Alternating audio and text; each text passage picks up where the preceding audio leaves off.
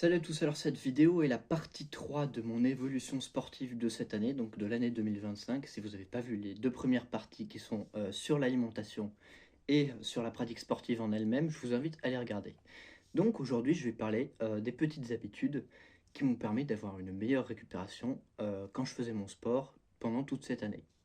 Alors déjà la première habitude, et je vais expliquer pourquoi je l'ai implémentée, de toute façon elle est déjà implémentée depuis longtemps dans mon quotidien, c'est la méditation tout simplement. Parce que quand vous faites de la musculation, vous accumulez du cortisol en fait dans les muscles. Donc il faut faire baisser ce cortisol pour avoir une meilleure récupération. Ça permet de prendre de la masse un peu plus vite et donc d'avoir des gains de force plus vite et des gains musculaires plus vite. La deuxième habitude, c'est la lecture et pareil, c'est le même objectif, ça fait baisser le cortisol tout simplement. Et juste avant de dormir, c'est hyper pratique parce que ça met le cerveau en mode repos. Donc la lecture juste avant de dormir peut améliorer le sommeil drastiquement. Moi en tout cas, je l'ai réimplémenté le soir pendant 30 à 45 minutes avant de dormir. Et j'ai eu aussi une autre séance de lecture l'après-midi, mais c'est pas non plus nécessaire de faire plus de 45 minutes. Vous allez quand même avoir des bienfaits au-delà de 30 minutes, c'est évident. Mais les bienfaits principaux, ils arrivent environ au bout de 10-15 minutes, ce qui est très peu. Donc, la troisième habitude, c'est plus ou moins une habitude alimentaire, mais c'est plus compliqué que ça.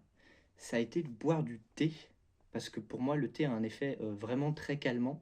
Alors, ça dépend des thés, évidemment. On va plutôt être axé sur du thé vert pour ce qui est récupération. Pour des thés plus énergisants, on va plutôt penser à du thé noir ou peut-être du thé blanc. C'est les principaux thés où il y a de la caféine, où il y a le plus de caféine. Le thé vert, hein, lui, a un effet plus calmant, et particulièrement le thé matcha. Bon, ça peut avoir un goût assez spécial si vous prenez du thé matcha de basse qualité. Donc, je recommande un petit budget thé matcha si vraiment vous avez des soucis d'anxiété et de stress, en particulier après vos séances d'entraînement. Parce que quand vous faites de l'entraînement assez intensément, vous avez vraiment une grosse tendance par derrière à ressentir du stress juste après que les endorphines soient passées, parce que votre corps a accumulé justement trop de cortisol. Et donc ce cortisol, il faut l'éliminer, que ce soit le thé, la lecture, etc. Autre habitude, c'est de marcher plus souvent. Alors non seulement marcher plus souvent permet d'avoir une meilleure circulation sanguine, mais aussi ça permet d'évacuer aussi le cortisol et donc, encore une fois, d'avoir une meilleure récupération là-dessus. Donc plus de gains de force, plus de gains musculaires, comme je l'ai dit précédemment pour les autres habitudes. C'est pas l'habitude la plus importante en soi, l'habitude la plus importante pour moi, ça va être de bien dormir, évidemment. Alors, c'est pas vraiment une habitude, c'est plus un mode de fonctionnement du corps. Mais pour bien dormir, il faudra éviter les écrans avant de dormir, ou en tout cas éviter d'avoir trop de luminosité sur son téléphone, parce que c'est ça qui bloque la mélatonine, qui est donc l'hormone du sommeil.